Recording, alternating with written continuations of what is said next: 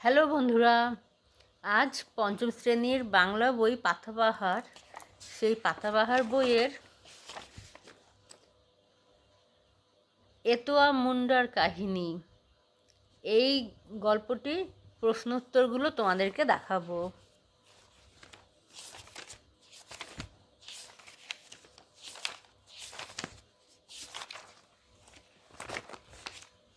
এতোয়া মুন্ডার কাহিনী, এটি লিখেছেন মহাশ্বেতা দেবী।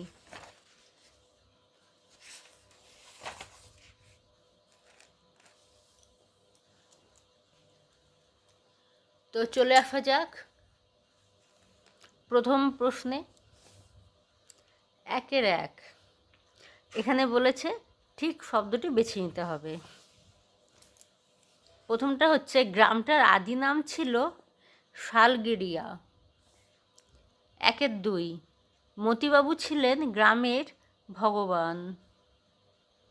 একের তিন, এতোয়া শব্দটির অর্থ রবিবার। একের চার, শূরবীর ছিলেন একজন আদিবাসী রাজা। একের পাঁচ, ডুলং, সুবর্ণরেখা নামগুলি নদীর। এবার নাম্বার দুই, এখানে আছে শূন্যস্থান পূরণ করো, সঠিক বাক্য শব্দটি এখানে বসাতে হবে।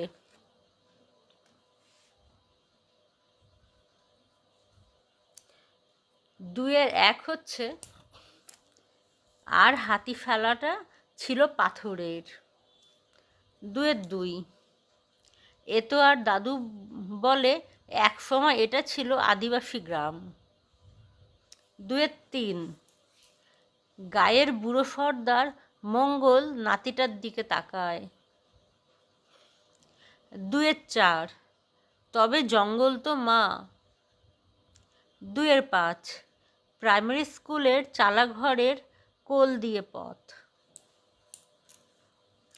এবার 3 নম্বর, এখানে আছে অর্থ লেখো।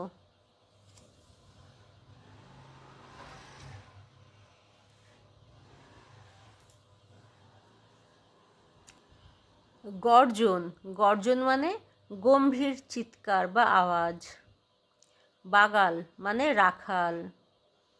গুঞ্জন মানে গুনগুন শব্দ। দুলন্ত মানে দুলছে এমন। গোড়া মানে শুরুর অংশ। এবার 4 নম্বর প্রশ্ন, বিপরীতার্থক শব্দগুলি লেখো। এর উত্তর হবে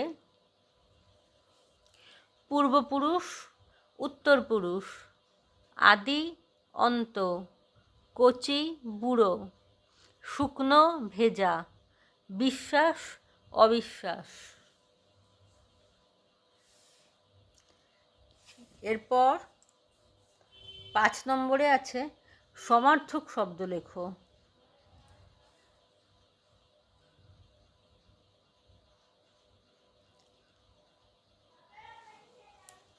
এখানে অনেকগুলো সমার্থক শব্দ আছে, তো 3টে কি 4টে মুখস্থ করলেই হবে। যেমন জল, পানি, বাড়ি, সলিল, উদক, অম্বু, নির্জীবন।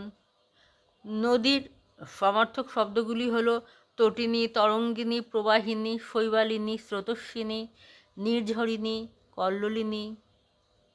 সমুদ্র, সাগর, সমুদ্র, অর্ণব, জলধি, জলনিধি, বারিধি, রত্নাকর। জঙ্গল, অরণ্য, বন, কানন, কান্তার। উলগুলান, প্রবল, বিক্ষোভ, বিপ্লব, বিদ্রোহ।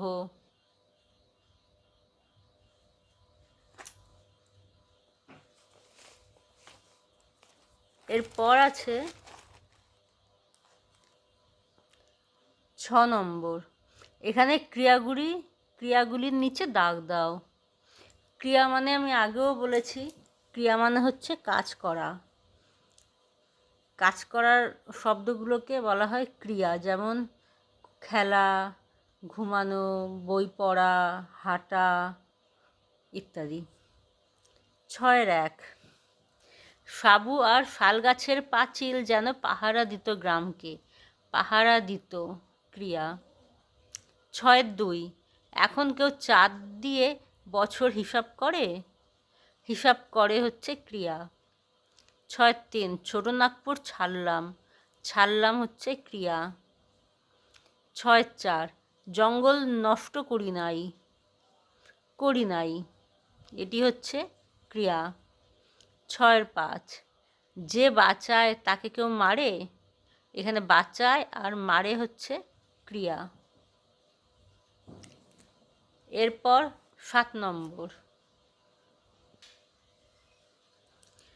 7 নম্বরে আছে দুটি বাক্যে ভেঙে লেখো। মানে একটা বাক্য লেখা আছে, এটাকে দুটি বাক্যে ভাঙতে হবে। যেমন 7-1 গায়ের বুড়ো সর্দার মঙ্গল দাঁতিটার দিকে তাকায়। এটাকে দুটো ভাগ করে লিখলাম। গায়ের বুড়ো সর্দার মঙ্গল, সে নাতিটার দিকে তাকায়। 7-2 হাতিশালাটায় দেয়াল তুলে ওটা এখন ধান রাখবার গোলাঘর। এর উত্তর হচ্ছে হাতিশালাটায় দেয়াল তুলে দেওয়া হয়েছে, ওটা এখন ধান রাখবার গোলাঘর। 7-3 আমাদের কালে সেই জঙ্গল দিয়ে 4 মাইল যাও তবে পাঠশালা। এর উত্তর হচ্ছে আমাদের কালে সেই জঙ্গল দিয়ে 4 মাইল যেতে হতো, তবে পাঠশালায় পৌঁছানো যেত। 7-4 এখন ও লাফায় আর নদীর জল, কাশবন, বুনো ফুল, আকাশ সকলকে ডেকে বলে সে কি ভীষণ যুদ্ধ। উত্তর এখন ও লাফায় আর নদীর জল, কাশবন, বুনো ফুল, আকাশ সকলকে ডাকে দাঁড়ি, তারপর বলে সে কি ভীষণ যুদ্ধ। দুটি বাক্য করা হলো। 7-5 দুলং ও সুবর্ণরেখাও হেসে চলে যায়, বয়ে যায়। এর উত্তর হলো দুলং ও সুবর্ণরেখাও হেসে চলে যায়। আরেকটি বাক্য হলো তারা বয়ে যায়।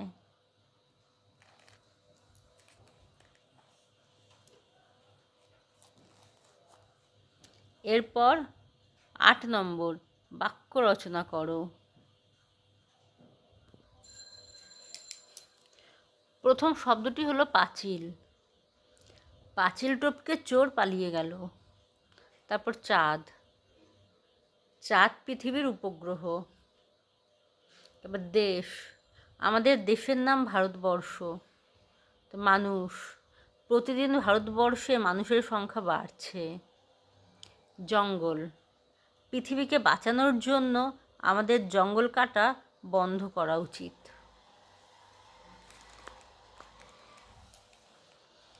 এরপর 9 কোনটি কোন ধরনের বাক্য লেখো।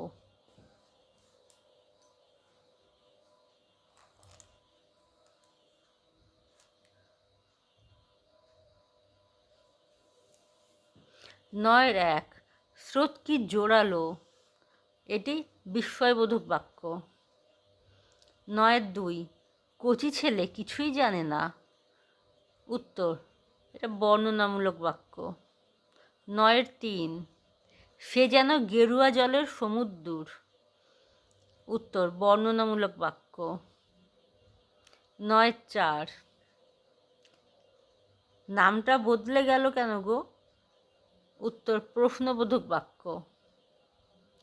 তারপর 9-5 কি যুদ্ধ কি যুদ্ধ। উত্তর বিস্ময়বোধক বাক্য।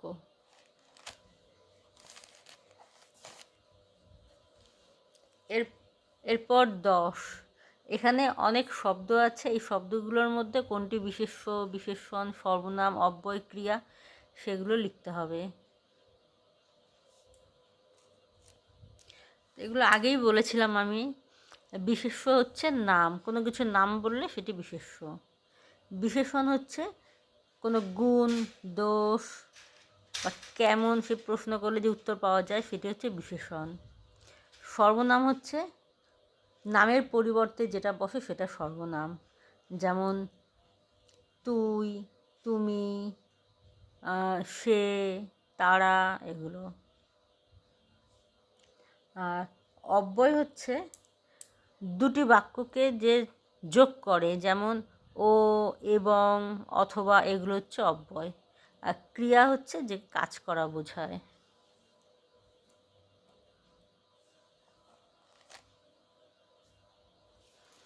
এখানে বিশেষ্য একটাও নেই।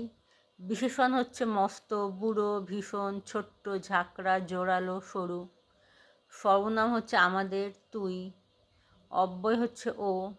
আর ক্রিয়া আছে শিকার, লড়াই, চড়ায়, রাখে, ওঠে।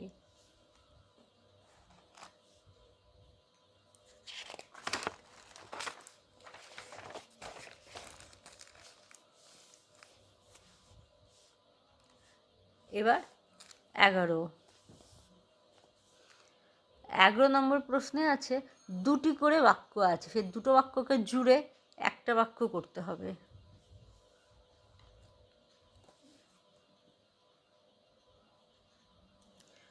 প্রথমটা হলো 11-1, কি গল্পই বললে আজ দাদু, সবাই শুনছিল গো।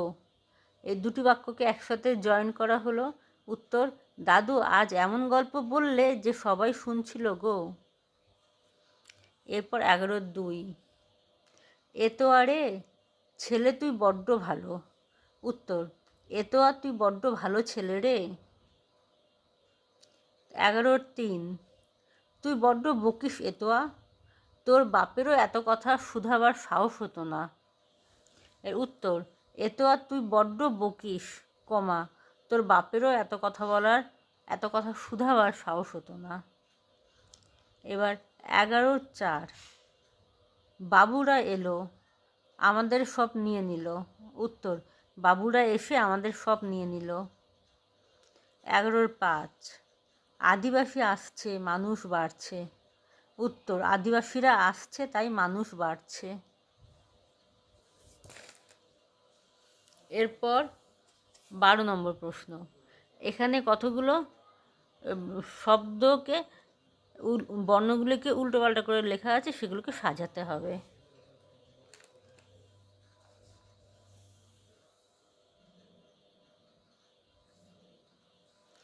প্রথমটি হবে আদিবাসী, তারপর সুবর্ণরেখা, তারপর দরঙ্গারা, তারপর পোড়ামাটি, তারপর আদিপুরুষ। এরপর 13 নম্বর প্রশ্ন। 13 নম্বর প্রশ্নে আছে যে শব্দগুলো এলোমেলো করে রাখা আছে, সেগুলোকে ঠিক করে সাজিয়ে অর্থপূর্ণ বাক্য তৈরি করতে হবে।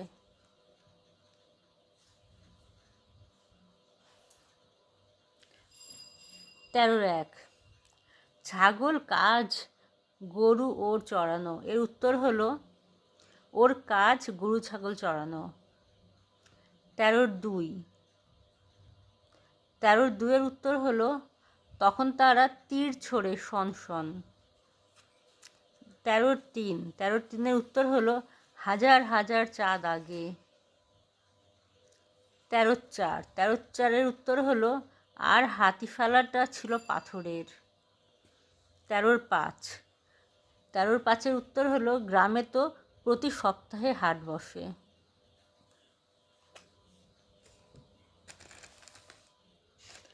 এরপর 14 নম্বর প্রশ্ন।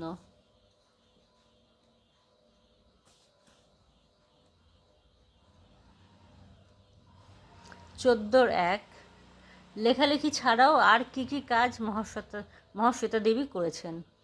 উত্তর, লেখালেখি ছাড়াও মহাশ্বেতা দেবী অধ্যাপনা করেছেন, সাংবাদিক হিসেবে কাজ করেছেন, বহুদিন বাংলা, বিহার, উড়িষ্যার অরণ্যভূমির মানুষের জীবনের সঙ্গে থেকেছেন ও সমাজসেবামূলক কাজ করেছেন।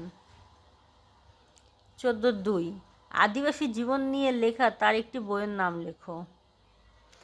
উত্তর, আদিবাসী জীবন নিয়ে লেখা তার একটি বইয়ের নাম হলো এতোয়া মুন্ডার যুদ্ধ জয়।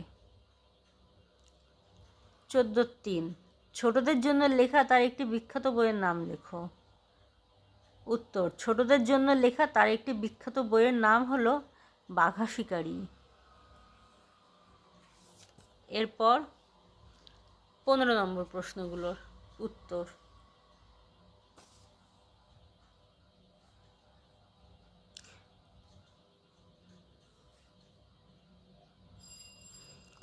পনেরোর 1, সেও এক ভীষণ যুদ্ধ। কোন যুদ্ধের কথা এখানে বলা হয়েছে? উত্তর, লেখিকা মহাশ্বেতা দেবীর লেখা এতোয়া মুন্ডার কাহিনী গল্পে বিরসা মুন্ডা সাহেবদের উৎখাত করবে বলে মুন্ডাদের নিয়ে উলগুলান নামে এক লড়াই করেছিল ও সাঁওতালরা করেছিল হুল নামে এক লড়াই। এখানে সেই যুদ্ধের কথা বলা হয়েছে।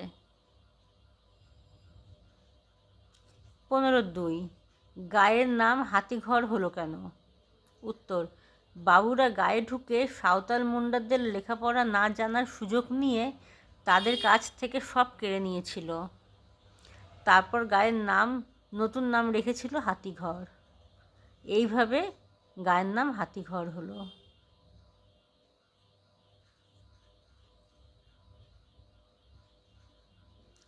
15-3, ভজনভুক্তা এতোয়াকে কি বলতো?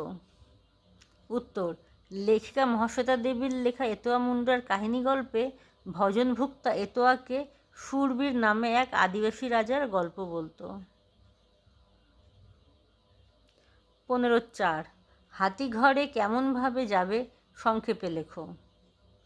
উত্তর, হাওড়া থেকে প্রথমে যেতে হবে খড়গপুর, তারপর বাসে চেপে নামতে হবে গুপ্তমণি মন্দিরের সামনে, সেখান থেকে 7-8 মাইল দক্ষিণ পশ্চিমে হাঁটতে হবে, যেখানে পথে পড়বে একটি ছোট নদী ও ছোট ছোট আদিবাসী গ্রাম। এগুলো পেরোলে পড়বে মস্ত গ্রাম রোহিণী। রোহিণী গ্রাম পেরিয়ে দক্ষিণ দিকে গেলে ডুলং নদী, আর তারপর যেখানে আকাশছোঁয়া একটি শাল ও অর্জুন গাছ দেখা যাবে সেখানেই হাতিঘর গ্রাম। এইভাবে হাতিঘরে যাওয়া যাবে। এবার 15-5, এতোয়া নামটি কেন হয়েছিল? উত্তর, আদিবাসীরা অনেকেই তাদের জন্মবারের সঙ্গে মিলিয়ে নাম রাখে। এতোয়ার জন্ম রবিবারে, তাই তার ঠাকুরদা মঙ্গল মুন্ডা তার জন্মবারের সঙ্গে মিলিয়ে নাম রাখে এতোয়া।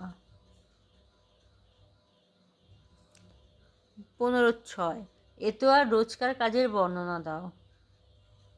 এতোয়া মতিবাবুর রাখাল ছিল, তাই তার গরু মোষ ছাগল চড়াতো।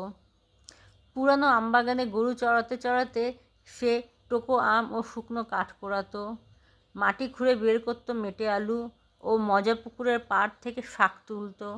সে তার সঙ্গে একটি বস্তা রাখত এবং সেই সব ওই বস্তায় ভরে নিত। তারপর যেত ডুলং নদী পেরিয়ে ঘন সবুজ ঘাস বনে এবং সেখানে গরু মোষ ছেড়ে দিত। এরপর সুবর্ণরেখা নদীর মাঝে সরু চরে গিয়ে সে বাঁশে বোনা জাল দিয়ে মাছ ধরত। এগুলোই হলো এতোয়ার রোজকার কাজ। 15-7, এখন গ্রামে স্কুল, তবু বক্তা কে? আগে কি ছিল? উদ্ধৃতাংশের বক্তা লেখিকা মহাশ্বেতা দেবীর লেখা এতোয়া মুন্ডার কাহিনী গল্পে ভজনভুক্তা। আগে পাঠশালা অনেক দূরে ছিল, জঙ্গল দিয়ে 4 মাইল পথ গেলে তবে পাঠশালায় পৌঁছানো যেত।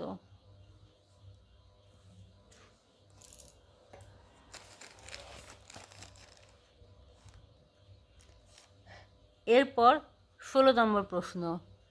এখানে বাঁদিকের সাথে ডান দিকের মিল করতে হবে। যেমন হাতি সুর, চাল ধান, গ্রাম পল্লী, চাঁদ জ্যোৎস্না, পাতা গাছ।